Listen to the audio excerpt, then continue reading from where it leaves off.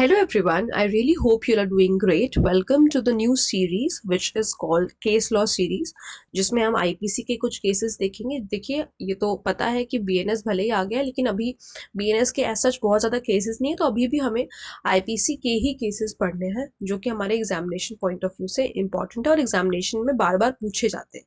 ठीक है, आज का जो हमारा टॉपिक है वो हम पब्लिक सर्वेंट से स्टार्ट कर रहे हैं।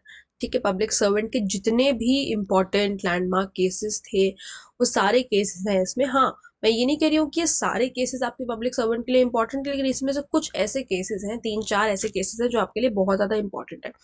बाकी ये इस वजह से इतनी सारे जो है केस लॉज हैं इसमें, ताकि अगर मान लो कि एक केस लॉ आपको मेंस आंसर राइटिंग में नहीं याद आता है तो ज़्यादा याद करके जाओगे तो एक नहीं याद आ रहा तो कम से कम दूसरा तो याद आ ही जाएगा। ठीक है, तो जो सबसे पहला केस है ये आपका प्री के लिए भी बहुत इंपॉर्टेंट है और मेंस में तो आप लिख ही सकते हो। आर.एस. नायक वर्सेस ए.आर. अंतुले 1964 का केस है। इसमें ये कहा गया था कि एमएलए पब्लिक सर्वेंट नहीं होते हैं। ठीक है, और अब जो है पब्लिक सर्वेंट आपका क्लॉज 28 बीएनएस में है, पहले सेक्शन 21 आईपीसी में था। ठीक है, तो जो आईपीसी पढ़ रहे हैं उनके लिए भी बेनिफिशियल है और जो बीएनएस पढ़ रहे हैं उनके लिए भी बेनिफिशियल है। इक्वली इंपॉर्टेंट है दोनों लोगों के लिए, जो भी आपके एग्जाम में पूछा जा रहा हो। राम अवतार versus state of Bihar, any surveyor while performing his legitimate function. मतलब सर्वेयर का मतलब है जो लोग सर्वे वगैरह करने आते हैं, उनको कह रहे हैं कि जब वो अपना कोई लीगल फंक्शन कर रहे हैं under any of the revenue और सिविल कोड, रेवेन्यू कोड के अंदर या सिविल कोड के अंदर, तो उन्हें पब्लिक सर्वेंट कहा जाएगा। This case is not so important. ये वाला केस इंपॉर्टेंट आप कह सकते हो, बट इसके जितना इंपॉर्टेंट नहीं है, ये ज्यादा इंपॉर्टेंट है अभी तक में।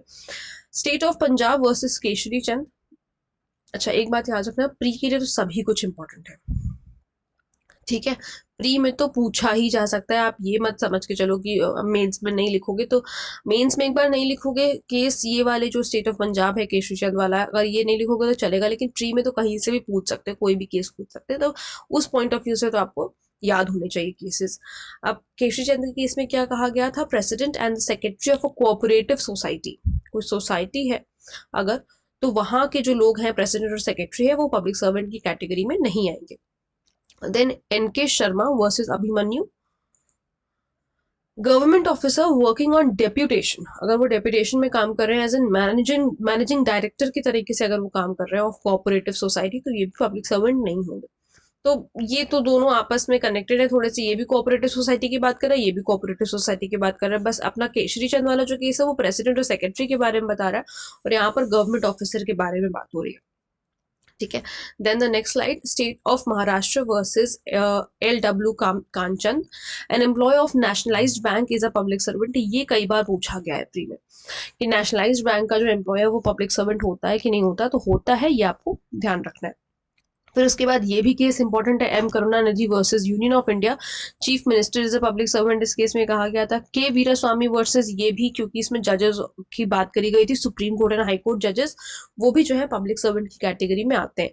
शरद चंद्र देहुरी वर्सेस संकीर्तन बेहरा, 1989 का ये केस है उड़ीसा हाई कोर्ट का, sarpanch of gram panchayat. This is also very important, pre के पॉइंट ऑफ व्यू से बहुत इंपॉर्टेंट है। सरपंच का पूछते हैं कि सरपंच पब्लिक सर्वेंट है कि नहीं है, तो इस केस के बाद आपको पता है, एस से सरपंच याद रखो और एस से शरद याद रखो, दोनों का आप फर्स्ट लेटर याद रख सकते हो केस याद रखने के लिए। Sarpanch of gram panchayat is a public servant. Then state of Gujarat versus M P Dwivedi, person appointed as an examiner, this is also important. देखो कितने सारे केसेस में से कितने केसेस इंपॉर्टेंट है आपके लिए, है ना, कुछ ही ऐसे जो नहीं इंपॉर्टेंट है।